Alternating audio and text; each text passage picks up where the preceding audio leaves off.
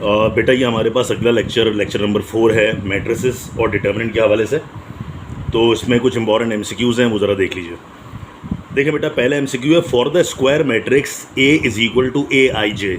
बेटा याद रखिएगा, किसी भी मैट्रिक्स को ना हम कैपिटल ए से या कैपिटल बी से या कैपिटल सी से रिप्रेजेंट करवाते हैं, लेकिन उसके जो अंदर के एलिमेंट्स होते हैं ना, उसको स्मॉल लेटर से इंडिकेट करवाते हैं। तो जो स्मॉल, ये जो ए लिखा हुआ है, ये स्मॉल ए है, यानी ए जो है उस मैट्रिक्स के एलिमेंट्स हैं। और आई जे में जो पहला वाला होता है वो उसकी रो को शो करता है, तादाद को, और जो जे होता है वो जो बाद वाला होता है वो कॉलम नंबर को शो करता है। तो कोई मैट्रिक्स है जिसके अंदर एलिमेंट ए हैं और उसमें आई रोज़ और जे कॉलम है, सही है, आई रोज़ और जे कॉलम। फिर आगे बोल रहा है if all I J is equal to zero, यानी जितने भी ए आई जे हैं वो सब के सब क्या हैं, ज़ीरो हैं, और आई बराबर नहीं है J K, and all A I J is equal to K. बहुत ध्यान से बात सुनिएगा बेटा, थोड़ी सी मुश्किल बात है लेकिन ध्यान से बात सुनिएगा। ये कह रहा है कि जितने भी ए आई जे हैं, यानी जितने भी एलिमेंट्स हैं वो सब के सब क्या हैं, ज़ीरो। फिर आगे बोल रहा है एंड ऑल ए आई जे, और जो बाकी ए आई जे हैं वो के बराबर हैं। ए आई जे के बराबर उस वक्त हैं जब आई बराबर किसके है, जब आई और जे आपस में एक दूसरे के बराबर है। यानी कि I number of rows, number of row, और जे नंबर ऑफ कॉलम, उन एलिमेंट्स में जिनमें नंबर ऑफ रो और नंबर ऑफ कॉलम यानी उनकी पोजीशन सेम है, जिनकी पोजीशन सेम है, जिसमें जो रो नंबर है वही कॉलम नंबर है, उन एलिमेंट्स की वैल्यू है के बराबर। और जितने भी आई और जे जो आपस में पोजीशन में एक दूसरे के बराबर नहीं हैं, उनकी वैल्यू है ज़ीरो। अब देखो मैं समझाता हूँ आपको इस एग्जाम्पल से, बहुत ध्यान से बात सुनिएगा बेटा। ये मैट्रिक्स सपोज कर लें ऐसी लिखी हुई है, A11, फिर A12, फिर अगला एलिमेंट A13, ठीक है, फिर A21, A22 और A23, फिर उसके बाद A31, A32 और A33। तो अब ज़रा गौर से देखो बेटा, ये जो 1 है इसमें आई और जे बराबर है ना। इसी तरह चेक करो 2 जो है इसमें आई और जे बराबर हैं, और 3 इसमें आई और जे बराबर है। तो वो कह रहा है जिसमें आई और जे बराबर हैं वो एलिमेंट्स तो के बराबर है। इसका मतलब बेटा जिसमें आई और जे बराबर है, अगर वो एलिमेंट्स के बराबर है तो यहाँ तो हमने उसकी जगह रखवा दिया के। और जितने भी आई और जे जो आपस में बराबर नहीं है वो सारे एलिमेंट ज़ीरो हैं। अब बेटा इनको छोड़ के, इन तीनों को छोड़ के कौन कौन से एलिमेंट हैं जिसमें आई और जे आपस में बराबर नहीं है, तुम चेक कर लो बेटे। सारे एलिमेंट बचे 1 2 1 3, देखो आई और जे डिफरेंट है। 2 1 2 3, देखो आई जे डिफरेंट है। 3 1 3 2, आई जे डिफरेंट है। कह रहे जितने भी डिफरेंट है ना वो सब के सब ज़ीरो के बराबर है, वो सब के सब ज़ीरो के बराबर है। तो जो सेम पोजीशन वाले एलिमेंट्स हैं, यानी जिनका रो नंबर और कॉलम नंबर सेम है, वो सब तो के हैं, लेकिन अदर देन दैट बाकी सब के सब ज़ीरो हैं। तो बेटा मैट्रिक्स की शक्ल कुछ ऐसी निकल के आएगी। तो अगर मैट्रिक्स की शक्ल कुछ ऐसे निकल के आएगी तो गौर से देखो बेटा, ये मैट्रिक्स कौन सी हुई, स्केलर मैट्रिक्स। क्योंकि आपको याद है स्केलर मैट्रिक्स भी डायगोनल मैट्रिक्स की एक टाइप होती है, लेकिन उसमें तमाम के तमाम जो डायगोनल एलिमेंट्स होते हैं वो सबके सब सेम होते हैं, एक जैसे होते हैं। अगर डायगोनल एलिमेंट सेम हैं, एस से सेम, एस से स्केलर, तो फिर वो मैट्रिक्स कहलाती है स्केलर मैट्रिक्स। क्लियर हो गई बात। अगला एमसीक्यू है द मैट्रिक्स। एक मैट्रिक्स दी हुई है बेटा, उसमें सिर्फ एक ही एलिमेंट दिया हुआ है 7। अब ये कह रहे हैं अगर मैट्रिक्स के अंदर सिर्फ एक ही एलिमेंट 7 है तो इस मैट्रिक्स का नाम बताओ क्या है। तो बेटा आप ज़रा गौर से देखो, ये वो मैट्रिक्स है जिसमें सिर्फ एक ही रो है, हॉरिजॉन्टल्स को एक ही बार पढ़ सकते हैं। ये वो मैट्रिक्स है जिसमें कॉलम भी एक ही है, तो इसको आप कॉलम एक ही बार पढ़ सकते हैं।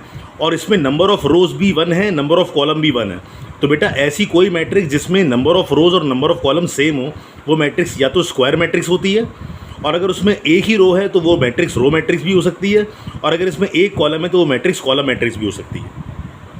यानी कि अगर गिवन ऑप्शन में आपको स्क्वायर गिवन हो तो आप स्क्वायर पे टिक लगाइएगा, अगर रो गिवन हो तो रो पे टिक लगाइएगा, कॉलम गिवन हो कॉलम पे टिक लगाइएगा।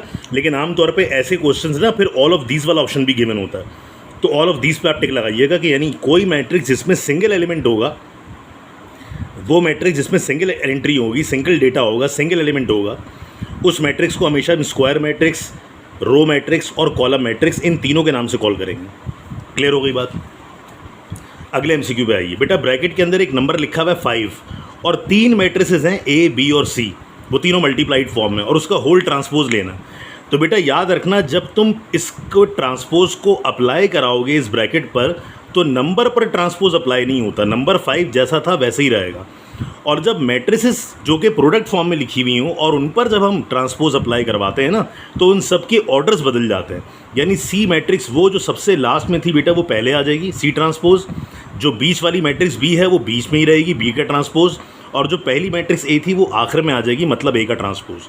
यानी अगर 2 या 3 मैट्रिक्स आपस में मल्टीप्लाइड फॉर्म में हो और उस पर ट्रांसपोज लेना हो तो अंदर उसकी तरतीब बदल देना ट्रांसपोज लेने के बाद, यानी सी पहले बी बीच में और ए बाद में।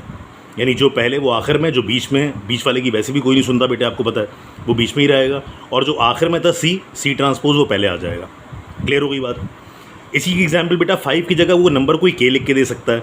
अगर उसे नंबर कोई के लिख दिया के ए बी सी का होल ट्रांसपोज, तो के को वैसे ही छोड़ देना, अंदर वालों की पोजीशन चेंज कर देना, सी पहले बी बीच में और ए बाद में।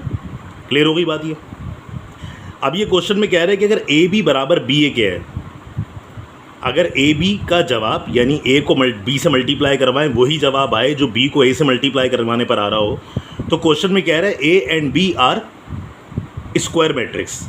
ए और बी जो होंगी वो और जो अगर ए और बी जो है वो स्क्वायर मैट्रिक्स है, मतलब ए और बी स्क्वायर मैट्रिक्स हैं।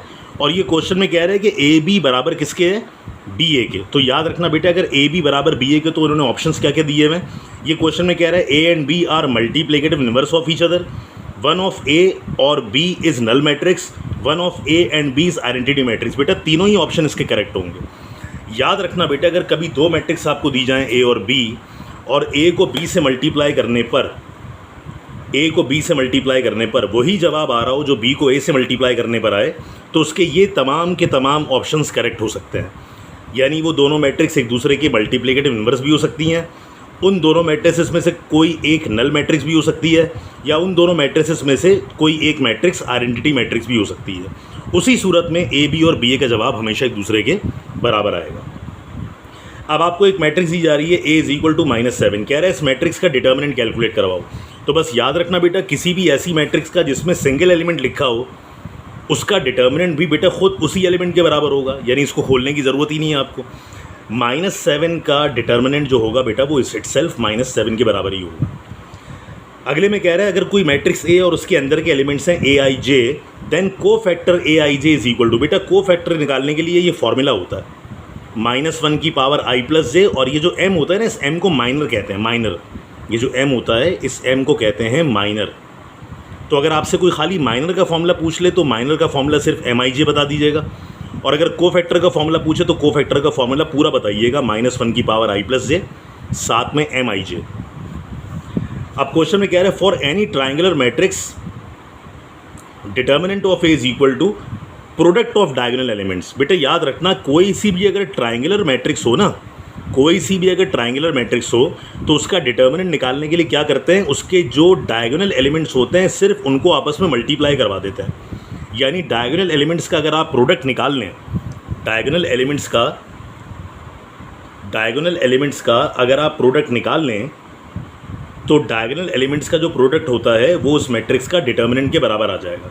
किसका, अगर मैट्रिक्स ट्राइंगुलर मैट्रिक्स है तो किसी भी ट्राइंगुलर मैट्रिक्स में जो उसका डिटर्मिनेंट होता है वो प्रोडक्ट होता है डायगोनल एलिमेंट्स के बराबर। अच्छा पहले वाले MCQ में शायद हो सकता है स्क्रीन पे पूरी बात नज़र ना आई हो तो क्लियर ना हुआ हो, दोबारा सुन लीजिएगा। इस MCQ में था कि अगर कोई मैट्रिक्स A है और उसका एलिमेंट AIJ है तो को फैक्टर AIJ बराबर किसके होता है, -1 की power i plus J MIJ। इसमें जो m होता है बेटा वो माइनर कहलाता है। क्या, माइनर। तो को फैक्टर निकालने का फॉर्मूला होता है -1 की power i plus J MIJ, ये को फैक्टर निकालने का फॉर्मूला। क्लियर हो गई बात।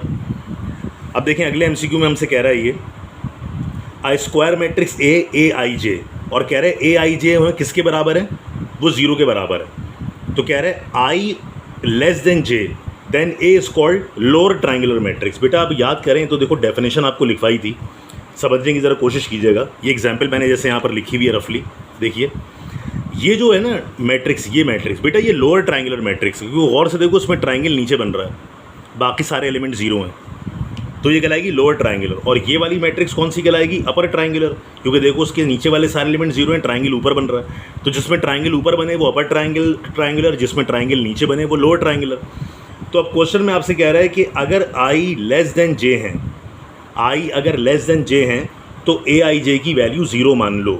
बेटा ज़रा गौर से मेरी बात सुनो, ये जितने भी तुम्हारे पास एलिमेंट्स हैं, जैसे यहाँ पर एग्जाम्पल देखिएगा कि एग्जाम्पल में लिखा हुआ है 1 3 6 2 4 5। ज़रा गौर से देखो बेटा, ये जो मेंबर्स होते हैं यही तो होते हैं 1 2 1 3 और ये 2 3।